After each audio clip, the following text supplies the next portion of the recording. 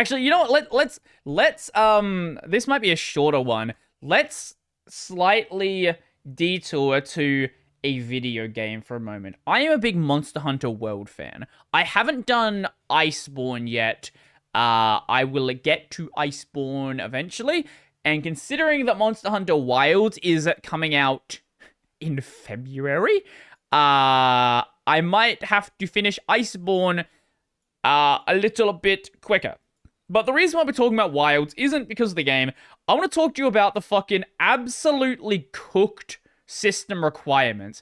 So, do you remember the days where you would buy a PC game, like a new PC game, and it'd be like, yeah, you need a GPU that's 2 generations old, and that's the recommended, like maybe even 3 generations old. Like you're on the 10 series at this point, and it's like you need a 680. That's recommended, right? Obviously, if you want higher, get something newer, and same thing with the CPU. Usually like 3 or 4 generations out of date, that is your recommended.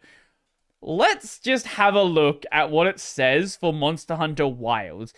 This is absolutely fucking cooked recommended requirements.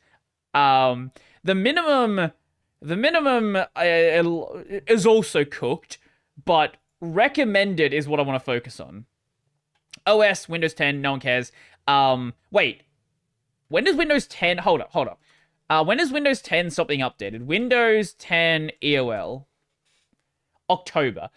This is a game that comes out in February next year, and they're still recommending Windows 10 as the OS.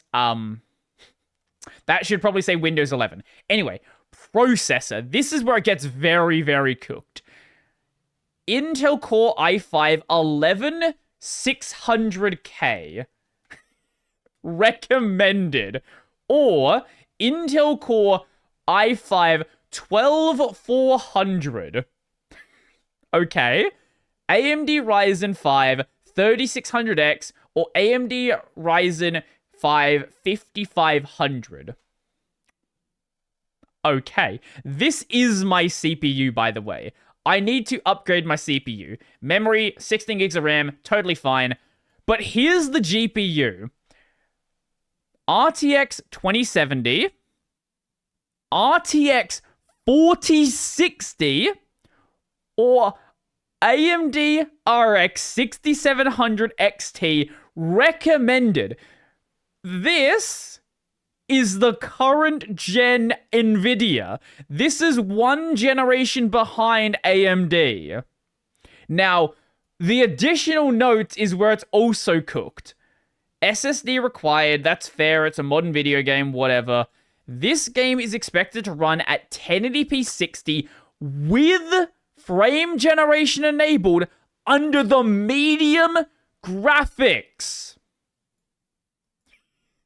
So, 4060, frame generation medium, 60 FPS.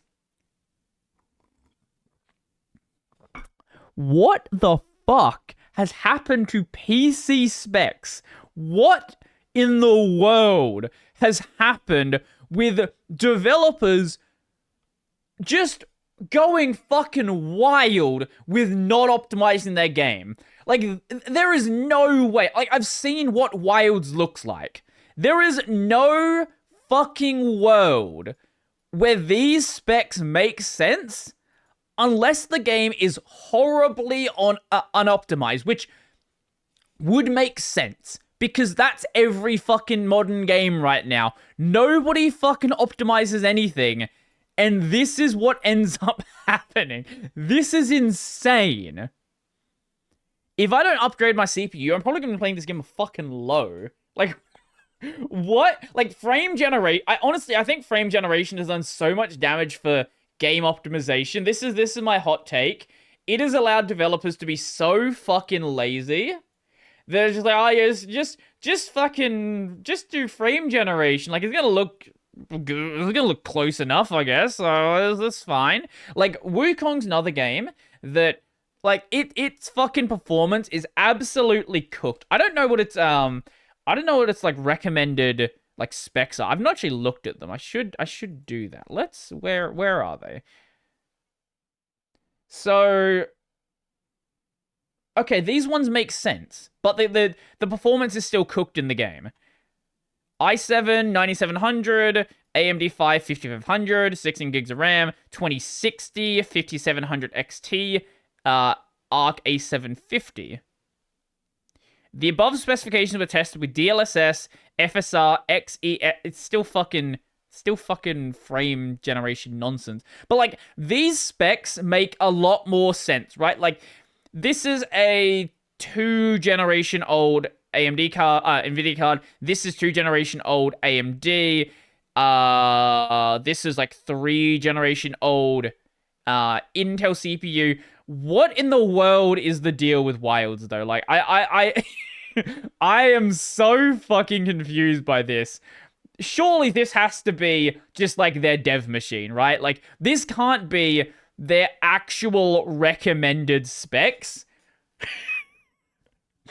Time to fucking upgrade the PC to play this game well, I guess.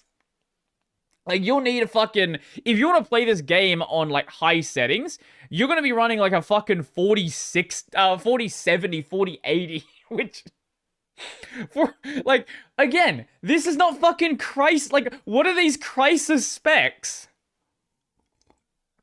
This is what... Like... Like, what is this? I honestly think that a lot of games, like, because of how powerful PCs are, it actually just has hurt the way people write things. Like, you don't have to optimize things if you can expect that people have these just wild GPUs. Maybe we need to go back to a point where PC hardware just stopped upgrading fast for a while. We need to stop having these tech innovations just so we can actually fucking force game developers to either get their shit together and optimize things, or stop trying to, like, go for ultra realistic every fucking thing. Just tone things down a little bit, or, like, even if not toned down, just work out how to do what you're trying to do in a way that doesn't fucking cause a fire in my house. That would be pleasant. I would very much enjoy that.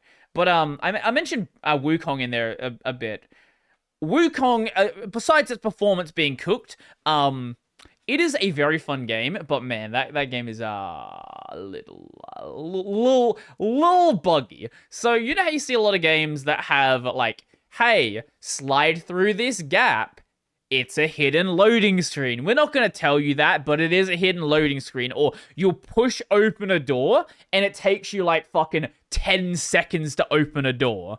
The reason why it's like that, anytime you see long to open doors, anytime you see sliding through a gap, whether it's like a walking gap or like crawling under a section, anytime you see a fucking elevator, all of these things are loading screens. They're just hidden loading screens. Now, Wukong, the game developers were not AAA game developers making big worlds. So they don't seem to understand these issues. There is a lot of points in Wukong where there is clearly supposed to be a zone transition, and they did not put one there. So in Chapter 2, when you walk towards the desert boss, not from the staircase side, but the side that has the big door, if you walk back and forth through that door, the lighting conditions completely change, and like everything just changes color because there's supposed to be some sort of transition there. They just didn't add one. There are so many times where you walk out of a cave and shadows just switch to a completely different location as you go in and out the cave because, again, they didn't put a transition there to have you go between the cave. Like, there should be a turn there or something to hide the lighting difference between those two zones, but they just never bothered to add it.